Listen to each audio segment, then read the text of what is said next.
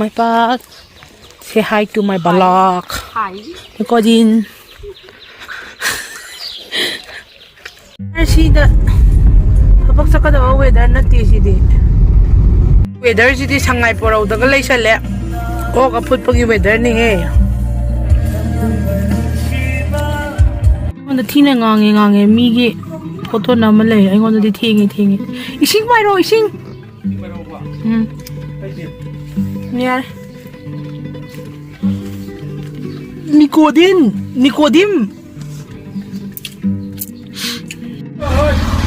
Gaite lao gaite. Inaw mayang tingna na rin nga sidi.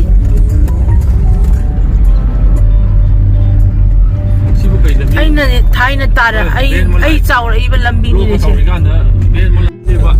Lang na doon siya. I-vlog na kami ito. Vlog tau ru ba ije papu ga saman. Nang vlog tau ru na nang gari yung ni siya vlog tau sa lo na. Natin na mapali na panganganga no. Ayu. Ang target ha. Hindi mo masih target ng galit. Hindi mo tambod ha. Nang copyright claim la ka ni. Am ta lay daw isay. Copyright claim cha na yan mi isay ko. Yan black bro. Oh isay be ha por the copyright.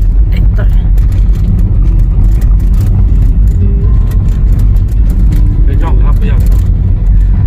Moi gi free studio khara lay aduna ta diyad. The Manipur University.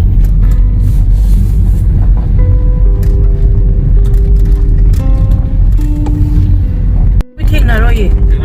Ko.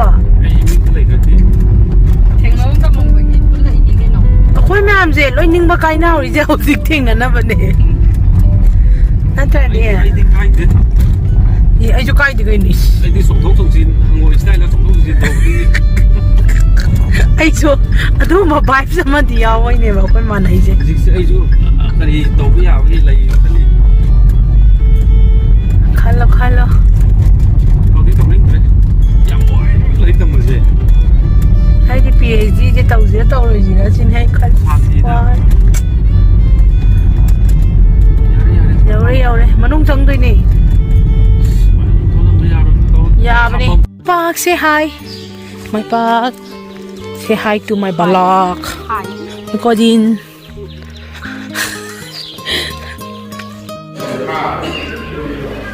Party mong lay lên.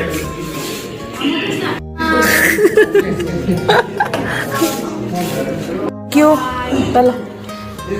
चलो के begini sih bu. It's like 90s 80s matam की certificate माल. नटा कुछ चीज़ है. Photo नाम जे MU लाग बोलो रे जना कोई फोटो करना सोना था उधर उसे कहीं लेकिन जा लाइक तब निकलना नहीं.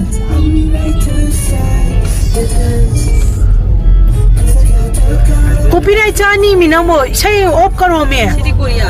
Korea jo copyright chana. What do you think? Am ta mutholo Korea ko na jita ko. Yaro me kitang mo ta ba do tek lo pha ba ne wen. Kada mai da nam jai no photo. Sa da kinu lai ba ne mi. Asida canteen lai ba ne ba kada lai ge ba. Nati canteen am ha ba MU game le ne garam ma no ham de. Sai na changa na mo ai ne invigilator ta ba ma tam. Ako chang ge ha. Lami mo pa natte ba manung da malay ba ne ba.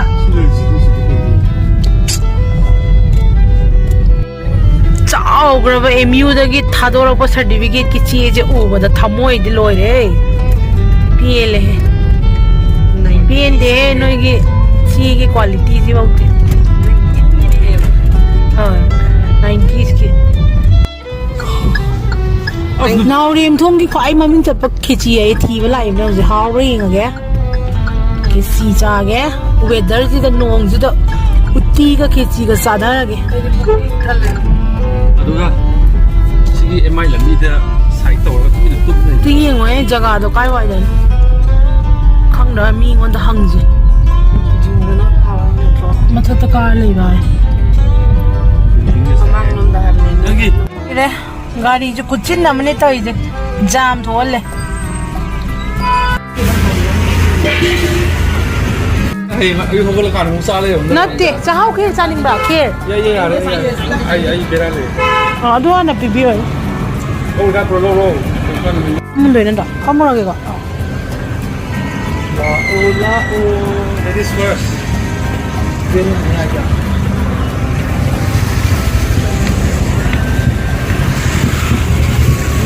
di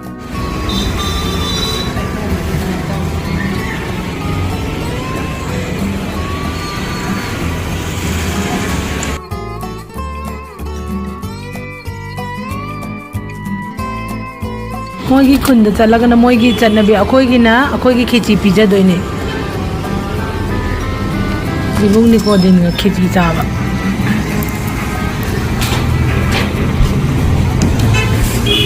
bani ni cham chaning de ai gi party khara khangdri ba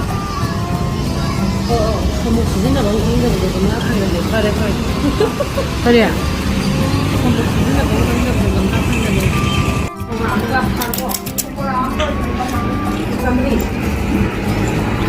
pork chicken bomba yung sak na po 파리 오네 이제. chaba yai yam ka ai na haw bo di ko sing honest review ni ko ai na pi de ko honest review pi ha di khechi ma dum yai chaba 10 gi manung da 7 bau ti pi ga da pi ni ado chawai sing ju je kitang morok sawa pa mani na ngon da kitang wa le chagem bom dai cha dre chagem bom ba se mo je og yaw we na ok khan mane na ok yaw tam ni na puk thale ye mai le re tum nuai ba ma pham ni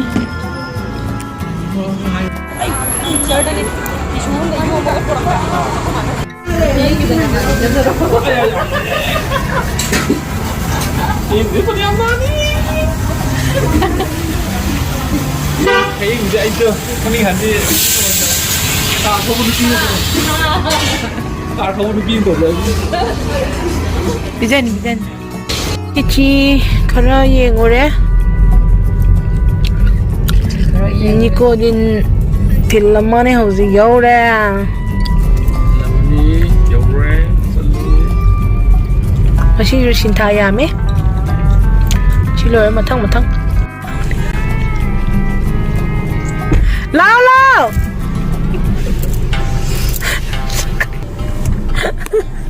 bye bye Bye bye. see you at payeng payeng soy na puda ba di yaro do 엄마 뒤에 있을까? payeng ti soy na puda yaro do ni na ha chalo na bye bye ai je dok phajavre da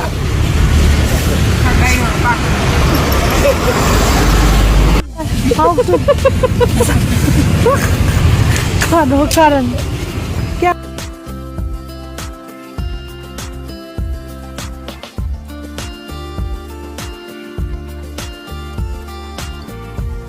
Ito nang bahay ba yin ya ngam ju charo bada ya ja kan nam to re yong sak ma nam do no o ge to re mai ta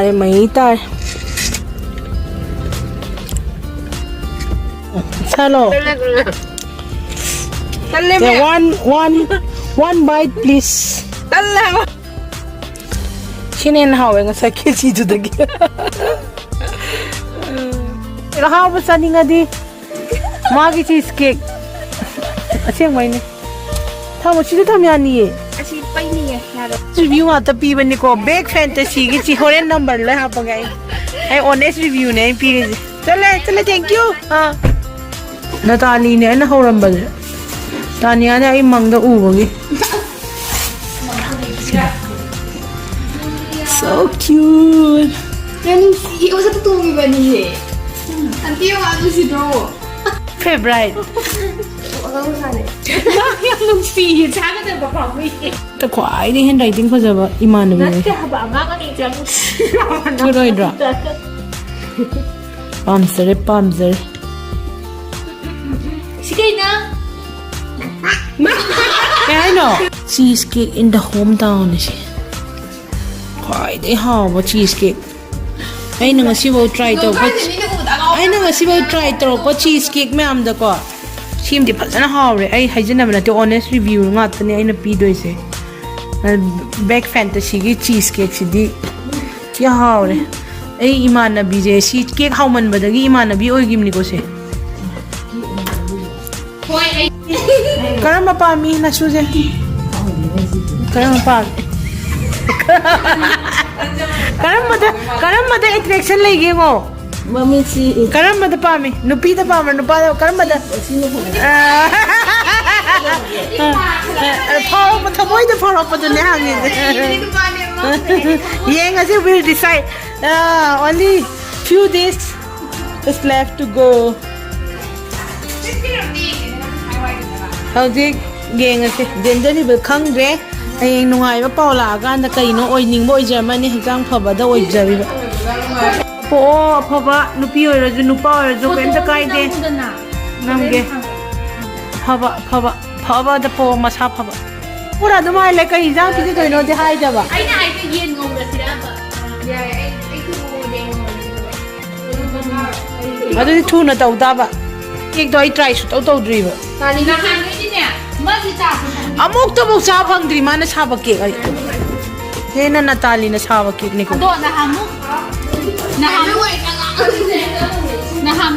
Goro gitu di kaya kau tiba kok masih gitu kau mata weh. I na taste or kangan. He hard de muyare. Hena ako Natalie is have a cake ne. Flavor kay never blueberry. Bob. Now I'll give a honest review. Natalie की cake से honest review हो फिर Ini Natalie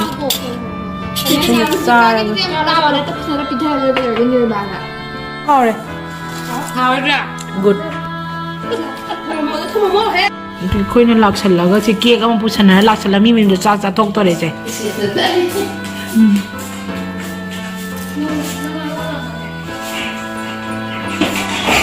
di mai tare na hor Natalie की खुद नहीं कहाँ गिलो रे इwo mo Haiku sa ising thak wa Haiku sa ising thak wa di late rin malay bini mo ma oi sheba ne to is mi masa wai chen je da bagat ne iromba makan miat pa ai na phamba ai na pi mem oi sheba to re